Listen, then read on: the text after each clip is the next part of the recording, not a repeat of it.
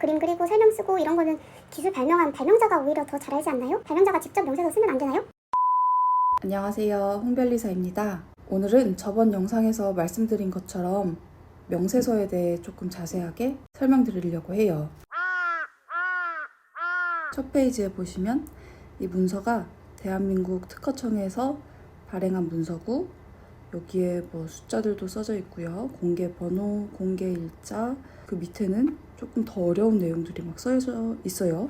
특허 분류, 출원번호, 출원일자, 심사청구일자, 출원인, 발명자, 대리인 이런 것들을 서지사항이라고 하는데, 특허는 제가 저번에 신기술을 발명하셔서 그거에 대해 권리를 받고 싶어서 그 기술을 설명하는 문서라고 했잖아요. 그러면 그 기술을 발명한 사람에 대한 정보도 들어가야 되고, 그 기술의 권리를 받고 싶어서 직접 출원한 사람의 정보도 들어가야 돼요.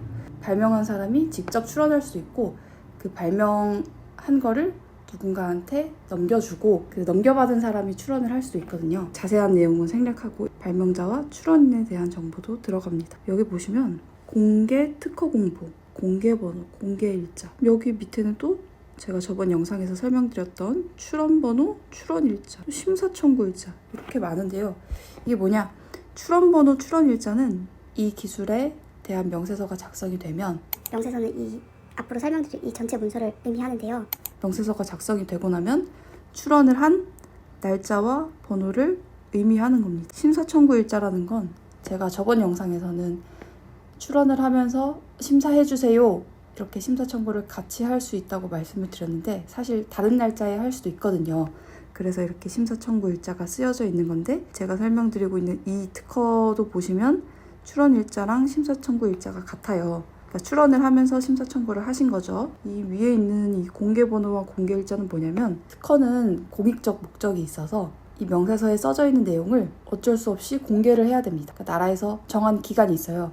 출원을 하고 일정 기간이 지나면 이 명세서 자체가 공개됩니다. 그래서 출원하고 얼마 있다가 지금 공개된 거예요. 2011년에 출원하신 거고 2013년에 공개된 겁니다. 공개되면서 공개 번호가 생성이 되고요. 이 문서는 출원할 때 낸 문서라기보다는 이 2013년에 사람들한테 대중에 공개되면서 발행된 명세서라고 보시면 되겠습니다. 자, 그러면 이 앞에 있는 것들 대충 설명드렸고, 여기 보시면 대리인이 특허법인 다울 이렇게 써져 있는데요. 이 대리인은 지금 여기 발명자, 이 출원인들을 대신해서 이 특허에 관한 절차, 그러니까 출원하고 심사받고 등록하고 이런 특허의 절차적인 과정을 대리해 줄 수 있는 대리인을 의미합니다. 그럼 이 명세서도 특허법인에서 작성한 것이겠죠. 이 명세서에 관한 누가 쓰고 언제 이 명세서가 공개가 됐고 언제 출원이 됐고 이런 서지적인 정보에 대해서 이 앞에까지를 보시고 파악을 하면 되고요. 이 밑에는 실제적인 내용입니다. 기술에 대한 내용. 보시면 발명의 명칭은 무슨 뜻인지 아시겠죠? 이 명세서의 제목이고요. 요약도 아시겠죠? 이 명세서의 기술에 대한 요약입니다. 대표도도 이 요약에 해당되고요. 그림이 같이 들어갑니다. 보통 명세서는. 그래서 내가 발명한 신기술을 이렇게 글과 그림으로 설명하는 게 바로 명세서다. 그래서 첫 장을 보시면 서지사항도 적혀 있고, 이 기술에 대한 제목과 핵심적인 내용과 핵심적인 그림을 한눈에 파악을 하실 수 있습니다. 쭉쭉쭉 내려가 보시면 다음 페이지에 특허 청구의 범위라는 게 적혀 있어요. 그리고 청구항 1, 청구항 2, 청구항 3, 청구항 4. 조금 저희가 일반적으로 쓰는 말투로 적힌 것도 아니고 숫자도 들어가 있고 이런 세미콜론도 있고, 이렇게 보니까 뭐 명사 어떤 의자 이렇게 끝나는 말로 적혀 있는데, 특허 청구의 범위에서 쓰이는 이 항목들, 청구항들이 독점권을 받고 싶은 부분입니다. 그 나라에서 여기 이 명세서에 써져 있는 기술에 대해 독점권을 주는 거라고 했잖아요. 특허라는 게. 독점권을 이 명세서 내용 전체에 주는 게 아니라 청구 범위에 써져 있는 이 내용들에 대해서 권리를 부여를 합니다. 권리를 부여하는 거고, 그 권리가 게다가 독점권이니까 이 청구항을 작성하는 방법이 엄청 까다롭게 정해져 있어요. 특허법에 다 정해져 있습니다. 그래서 청구항을 저희가 조금 읽기 어려운 형태로, 어떤 내용인지는 알겠는데 저희가 일반적으로 설명하는 그런 말투는 아니게 기재되어 있어요. 그게 왜냐면 청구항이 이런 식으로 작성이 안 돼 있으면 독점권 못 줘, 그런 규칙들을 지키기 위해서 정해진 틀대로 작성을 하는 겁니다. 여기 보시면 청구항이 그래서 4개가 작성되어 있고요. 그 밑에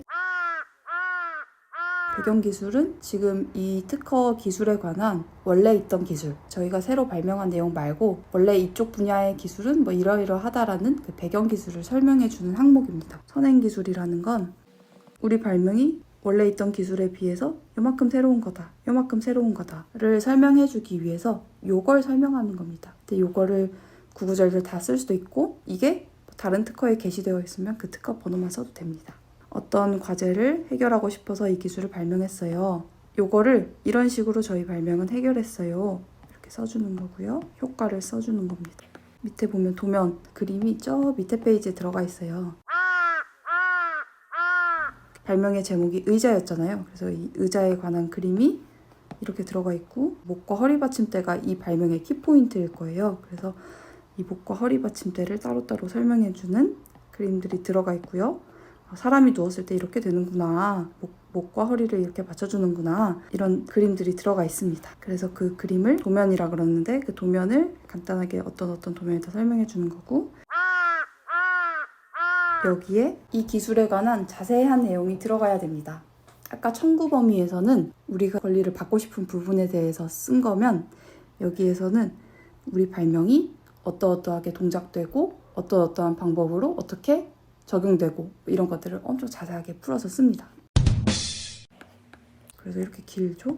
부호의 설명이라는 거는 이 도면에 써져 있는 지금 이 의자에 앉을 수 있는 부분도 있고 목 받침대도 있고 허리 받침대도 있고 그 외에 뭐 이런 것도 있고 요거를 하나하나 다 띄어서 설명을 해야 되는데 그래서 얘한테 번호를 붙여줍니다. 이 몇 번은 어떻게 동작하고 몇 번은 어떻게 동작하고 요 부호들이 뭐냐 부호의 설명에 그렇게 써져 있습니다. 그럼 저희 벌써 명세서 한 편 다 읽은 거예요. 명세서 구조가 어떻게 되는지 감이 오시죠? 제가 보여드린 이 명세서는 공개 공보인 거예요. 지난 영상에서 특허가 등록되기까지의 과정을 설명을 드렸어요. 일단 기술이 완성돼서 출원을 하면 심사 과정을 거쳐서 등록이 되는 건데요. 심사 과정을 거치지 않은 상태가 바로 이 공개 특허 공보입니다. 등록될 때 한 번 더 명세서가 발행이 되는데 그거는 등록 공보라고 하는데요. 자, 이거는 아까 그 특허의 등록 공보는 아니고 이제 아까는 여기에 공개 특허 공보라고 써져 있는데 지금은 등록 특허 공보라고 써져 있고요. 아까 안 써져 있던 이런 게 써져 있습니다. 등록번호, 등록일자, 등록이 된 날짜와 그에 따른 번호를 의미하는 거고요. 공고일자는 이 문서가 발행된 날짜를 의미합니다. 출원번호, 출원일자, 심사청구일자는 아까 문서에서도 있었죠. 그러니까 공개 공보에서도 있었고 발명자도 대리인도 이것도 다 공개 특허 공보에도 있던 내용입니다. 그러면 등록 특허 공보에서는 어떤 내용이 새로 추가가 되느냐? 이거 방금 설명드린 거고 특허권자 그러니까 등록을 받았다는 거는 독점적인 권리가 생성이 된 거예요. 그 특허권을 누가 갖고 있느냐? 여기 주식회사 릴렉스테크에서 가지고 있다. 이런 게 적혀져 있고요. 이 특허를 누가 심사해서 이렇게 등록을 시켜줬느냐? 심사관에 대한 정보도 기재되어 있고요. 심사관이 심사 과정에서 참고한 선행기술 조사 문헌이라는 것도 이렇게 써져 있고요. 밑에 내용은 아까 설명드렸던 공개 공보랑 거의 동일합니다. 발명의 명칭, 요약, 대표 청구한 기술 분야, 배경 기술, 조명까지 맨 앞 페이지에 있는 서지사항만 조금 달라지는 거죠. 그림 그리고 설명 쓰고 이런 거는 기술 발명한 발명자가 오히려 더 잘 알지 않나요? 발명자가 직접 명세서 쓰면 안 되나요? 이 기술이 아무리 새로울지라도 청구항에 대한 특성 규칙을 어기면 특허청에서는 특허를 못 줍니다.